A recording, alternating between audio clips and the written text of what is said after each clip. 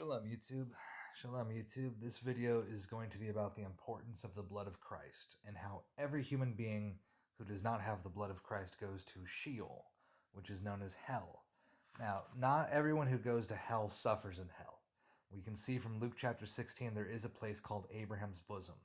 It most likely no longer exists, or maybe this is where the souls of the aborted babies go, the innocent children who die before their time. Perhaps they go into Abraham's bosom because they were too innocent to have sinned, but they didn't live long enough to have been able to actively choose God, to choose the Torah, to choose Christ. But there is a place called Sheol, which is essentially hell, and there's a lower part of Sheol, which is where the souls go to be to be tormented. And then there's Abraham's bosom at the top of Sheol, which is where they went to when they were waiting for Christ to basically take the keys of hell and of death, as he says in Revelation. I am he that died and lived. I lived and died, and I am alive forevermore, and I have the keys of hell and of death. Well, the word for hell most likely is supposed to be Sheol, but I'll have to check the Greek translation later. Regardless, these are some verses about Sheol, so you can see that everybody who died went to hell before the cross. After the cross, only those who reject Jesus, don't follow his ways, these are the only ones who go to Sheol. And of course, Sheol has different levels, like Dante's Inferno, the 7 circles of hell. You do not want to go to hell. At this point, you don't have to. When you die, you don't have to go to Sheol. It's like Jesus said, whoever follows my teaching will never taste death. Whoever follows his teaching will never go to Sheol. Genesis 37:35.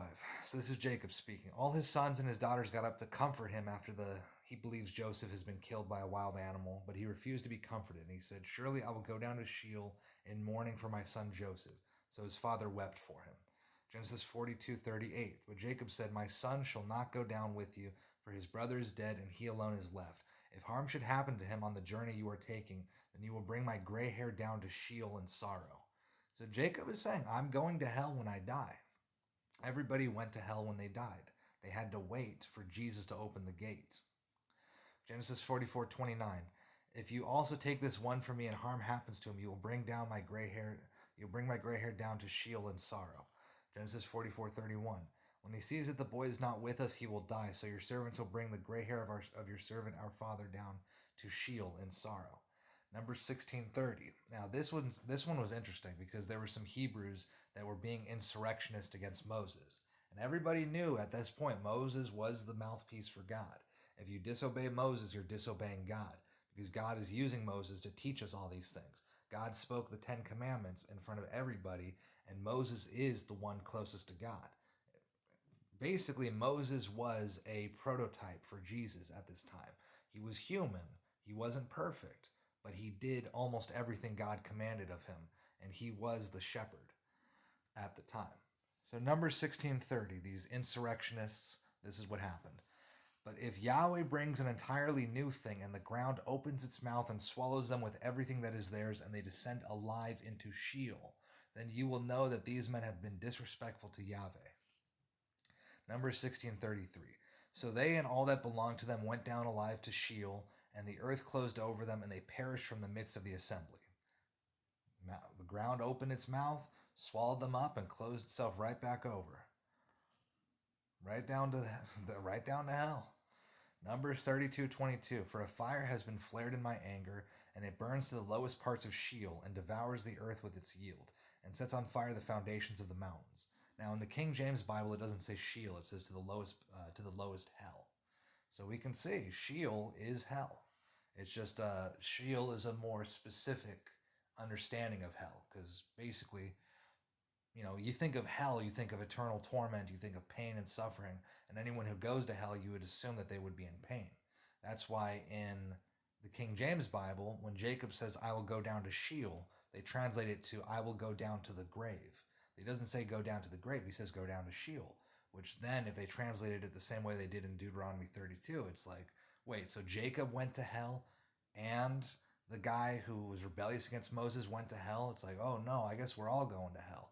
No, after the blood of Christ, nobody has to go to hell anymore. Before the blood of Christ, yeah, you will go to hell, and depending on if you followed the Torah, if you made a good effort to obey God, then you might go to Abraham's bosom where you're not going to suffer. That's where Lazarus went to. Lazarus went to Abraham's bosom, both in the story of Luke 16, as well as Lazarus, the brother of Mary and Martha. And according to the legends, when Lazarus came back from the grave, he never smiled again, because all he could think about while he was down there was the souls screaming in agony. So let me get into Luke 16 later as well. So fire flared in my anger, burns the lowest parts of Sheol, and it will devour the earth with its yield and set on fire the foundations of the mountains. 1 Samuel 2:6. Yahweh puts to death and makes alive. He brings down to Sheol and he brings up. I want to take a note of that because that's clearly a messianic prophecy. 1 Samuel chapter 2. Let me just grab my Bible real quick. 1 Samuel 2:6. Christ rising from Sheol. Jesus was the only human being at this point who had ever escaped Sheol. Because he was perfect. That's beautiful. All right. Yahweh puts to death and makes alive. He brings down to Sheol and he brings up. 2 Samuel 22:6. The ropes of Sheol surrounded me. The snares of death confronted me. I believe this is one of David's Psalms. This could be one of his Psalms when he's writing. I know in one of the books of Samuel, David writes a Psalm, and it's also in the book of Psalms. 1 Kings 2:6. So act as your wisdom dictates, and do not let his gray hair go down to Sheol in peace. 1 Kings 2:9. But now do not leave him unpunished, for you are a wise man, and you will know what to do to him, and you will bring his gray hair down to Sheol with blood. Job 7:9. When a cloud vanishes, it is gone. In the same way, one who goes down to Sheol does not come up. No, everybody went to Sheol, and nobody came back up until Christ. Without Christ, nobody comes out of Sheol. If Jacob went to Sheol, if David went to Sheol, if Abraham went to Sheol, everybody goes to Sheol. And that's why you need Jesus. No Jesus, no chance of escaping Sheol. Job 11:8. They are as high as the heavens, what can you do? Deeper than Sheol, what can you know? Job 14:13. Oh, that you would hide me in Sheol, that you would conceal me until your wrath returns to you, that you would set a limit for me and remember me. Job 17:13. If I hope for Sheol as my home, I make my bed in the darkness. Job 17:16. Will it go down with me to Sheol? Shall we go together down into the dust? Job 21:13. They spend their days in prosperity, and suddenly they go down to Sheol. Job 24:19. Dryness and heat snatch away the snow waters as Sheol snatches those who have sinned. So Job is so depressed, all he's talking about is how he's going to go to hell. Job 26:6. Sheol is naked before him, and Abaddon has no covering. That's very interesting, Abaddon, because that's the exact same name as the angel of the pit. So let me just make a note of that in my Bible. Revelation chapter, I believe that was chapter 7. Yeah, chapter 9. Okay. Let me just put that here. Abaddon. I love the Bible. It's so cool because the book of Job is clearly like 1,500 years before Revelation. And look at that. Job knew about Abaddon too. Psalms chapter 6, verse 5. For there is no mention of you in death. In Sheol who will praise you? Psalms 9:17. The wicked will return to Sheol. All the nations, the Gentiles, the heathens who forget God. Psalm 16:10. For you will not abandon my soul to Sheol. You will not allow your Holy One to undergo decay. So that's a messianic prophecy right there. Thank you to one of my commenters. They brought this psalm to my attention. You will not allow your Holy One to undergo decay. So when Jesus died, his body did not decay. And like David says, I assume it's David, it could be another psalmist. You will not abandon my soul to Sheol. So David was in hell for like 1,000 years before Jesus opened the door. Abel was in hell for like 4,000 years before Jesus opened the door. You know, it's like, imagine being Abel and being in hell waiting for Jesus. that's gotta be a lot. You're in purgatory, right? You're not suffering, but still, it's like, dang, I just want to get out of here, man. And then you see your brother Cain in hell burning and screaming and begging for mercy, and there's nothing you can do about it. Psalms 18:5. The ropes of Sheol surrounded me, the snares of death confronted me. Psalms 33, Lord, Yahweh, you have brought up my soul from Sheol. You have kept me alive that I would not go down to the pit. You've brought up my soul from Sheol. Very nice. That means I went down to Sheol, but you brought me back up again. Psalms 31:17. Let me not be put to shame, Yahweh, for I call upon you. Let the wicked be put to shame. Let them be silent in Sheol. Psalms 49:14. Like sheep they sink down to Sheol. Death will be their shepherd, and the upright will rule over them in the morning. And their form shall be for Sheol to consume, so that they have no lofty home. Psalms 49:15. But God will redeem my soul from the power of Sheol, for he will receive me, Selah. Selah, I believe, means like think about that. It's something like to, focus on this, meditate on it, ponder on it. May death come Psalms 55:15. May death come deceitfully upon them. May they go down alive to Sheol, for evil is in their dwelling in their midst. Psalms 86:13. For your graciousness toward me is great, and you have saved my soul from the depths of Sheol. 88:3. For my soul has had enough troubles, and my life has approached Sheol. 89:48. What man can live and not see death? Can he save his soul from the powers of Sheol? Selah.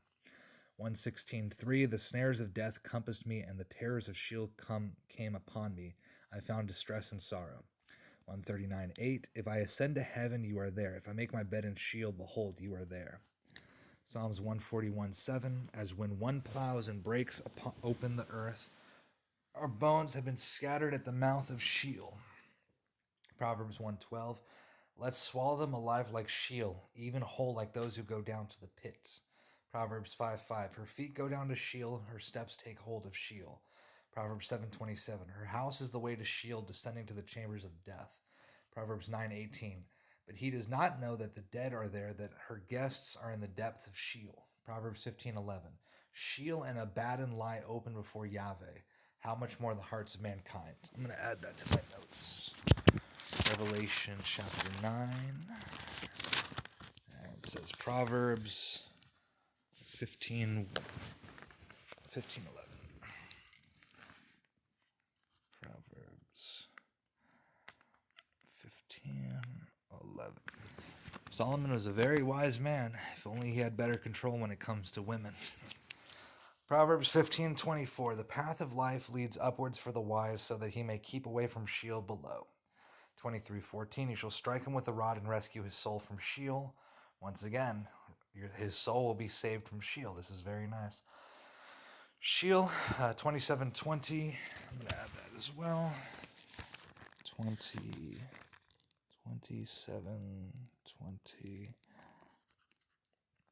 So many verses about Abaddon. 27:20. Sheol and Abaddon are never satisfied, nor are the eyes of a person ever satisfied. Proverbs 30:16. Sheol, the infertile womb, earth that is never satisfied with water, and the fire that never says enough. Ecclesiastes 9:10. Whatever your hands find to do, do it with all your might, for there is no activity, planning, knowledge, or wisdom in Sheol where you are going. Song of Solomon 8:6. Put me like a seal over your heart, like a seal on your arm, for love is as strong as death. Jealousy is as severe as Sheol. Its flames are flames of fire, the flame of the Lord, the flame of Yahweh. So, anybody who tells you that hell's not in the Bible, I disagree. Isaiah 5:14. Therefore Sheol has enlarged its throat and opened its mouth beyond measure, and Jerusalem's splendor, her multitude, her noise of revelry, and the jubilant within her descend into hell. Isaiah 7:11. Ask for a sign for yourself from Yahweh your God. Make it deep as Sheol or high as heaven. Oh, that's cool. Ask for a sign from Yahweh your Elohim. Whatever you want, ask for a sign. Make it as great as this or as far away as that, but ask for the sign. And that's the sign where he says, is it a trouble that you weary men? Will you also weary God? I will give you a sign since you won't ask. The virgin shall conceive and bear a son and shall call his name Emmanuel. Messianic prophecy about Jesus. Now that's a sign. A virgin having a child without having sex, that's a sign. Isaiah 14:9. Sheol below is excited about you to meet you when you come. It stirs the spirits of the dead for you, all the leaders of the earth. It raises all the kings of the nations from their thrones. Isaiah 14:11. Your pride and the music of your harps have been brought down to Sheol. Maggots are spread out as your bed beneath you, and worms are your covering. Isaiah 14:15. Nevertheless, you'll be brought down to Sheol, to the recesses of the pit. So that sounds like somebody's being told, you're going to go to the deepest part of hell. Isaiah 28:15, because you have said, and we have made a covenant with death, and with Sheol we have made a pact with hell. Well, Jesus says, I have the keys of hell and of death. So you have said, we have made a covenant with death, and with Sheol we have made a pact. The gushing flood will not reach us when it passes by, because we have made falsehood our refuge, and we have concealed ourselves with deception. So that's very interesting, because God is saying that these people, God through Isaiah is saying, you people have made a covenant with hell and with death. Sounds like the Illuminati. Sounds like the Skull and Bones Club. Sounds like the Freemasons. Sounds like the Jesuits. Sounds like a bunch of these different groups who are not afraid of hell because they think Satan's going to receive them with open arms, like, well done. Well done. Come here. Yeah, let's have a party. You guys did good. Look at all the damage you caused to the world. I'm so proud. No, it doesn't work like that. Once you go to the pit, you realize Satan hates you just as much as everybody else, because we are made in the image of God and Satan is not. So when Satan is abusing us, he's doing this because he's envious that we look like God. But in the pit, you don't look like God anymore. You look like bones and you suffer. We have made a covenant with death, and with Sheol we have made a pact. The gushing flood will not reach us when it passes by. I wonder if death is another name for Abaddon. Gushing flood will not reach us when it passes by, because we have made a falsehood our refuge, and we have concealed ourselves with deception. 28:18, your covenant with death will be canceled, and your pact with Sheol will not stand. When the gushing flood passes through, then you will become its trampling ground. 38:10, I said, in the middle of my life I am to enter the gates of Sheol. I have been deprived of the rest of my years. 38:18, for Sheol cannot thank you, death cannot praise you. Those who go down to the pit cannot hope for your faithfulness. 57:9, you have journeyed to the king with oil and increased your perfumes. You have sent your messengers a great distance and made them go down to Sheol. 31:15, this is what Yahweh Elohim says. On the day when I went down to Sheol, I caused mourning. I closed the deep over it and held back its rivers. And its many waters were stopped up, and I made Lebanon mourn for it, and all the trees of the field wilted away on account of it. Ezekiel 31:16, I made the nations quake from the sound of its fall when I made it go down to Sheol, and those who go down to the pit, and all the well-watered trees of Eden. Eden is in Lebanon. I made a video about this. Eden, the well-watered trees of Eden, the choicest and best of Lebanon, were comforted in the earth beneath. There's a region of Lebanon called Eden, and everything in the Bible points to this being the same Eden as the Garden of Eden. However, we can't enter the Garden of Eden that existed when Adam and Eve were still around. That Garden of Eden has been closed to us, but the land is still there. Ezekiel 31:17, they also went down with it to Sheol, to those who were slain by the sword, and those who were its strength lived in its shade among the nations. 32-21, man, how many more verses we got? The strong among the mighty ones shall speak of him and his helpers from the midst of Sheol. They have gone down, they lie still, the uncircumcised killed by the sword. 32:27. Nor do they lie beside the fallen heroes of the uncircumcised who went down to Sheol with their weapons of war, and whose swords were placed upon their heads, but the punishment for their wrongdoing rested on their bones. Though the terror of these heroes was once in the land of the living. Though the terror of these heroes was once in the land of the living. So it sounds like he's talking about like barbarians, being buried with their swords on their heads. Hosea 13:14. Shall I ransom them from the power of Sheol? Shall I redeem them from death? Death, where are your thorns? Sheol, where is your sting? Compassion will be hidden from my sight. I always thought that was in Psalms. I remember that verse. I thought it was in Psalms. Hell, where is your sting? Ooh, that's some talking. That's some that's a good comeback. Hell, where is your sting? Because hell wants to swallow up as many people as possible, and that ain't happening with Christ. With Christ, that's it. There's your get out of Sheol free card. Amos 9:2, though they dig into Sheol, from there my hand will take them, and though they ascend to heaven, from there I will bring them down. Jonah 2:2, and he said, I called out of my distress to Yahweh, and he answered me. I called for help from the depth of Sheol, and you heard my voice. See, this is the thing. Jesus talked about this. I will be a sign as Jonah was a sign. Jonah spent 3 days in the pit of the earth, so too will I spend 3 days there. So Jonah didn't just fall asleep in the whale's belly and come back out 3 days later. Jonah died. God killed Jonah with that giant fish. Maybe it was the behemoth or the leviathan, or maybe it was just a giant whale. Who knows what it actually was? Maybe it literally was just like a fish, scales and fins and all. But Jonah was dead for 3 days. I called out of my distress to Yahweh, and he answered me. I called for help from the depth of Sheol, and you heard my voice. Habakkuk. Furthermore, wine betrays an arrogant man so that he does not achieve his objective. He enlarges his appetite like Sheol, and he is like death, never satisfied. He also gathers to himself all the nations and collects to himself all the peoples. And this will be the last thing I read. Luke 16.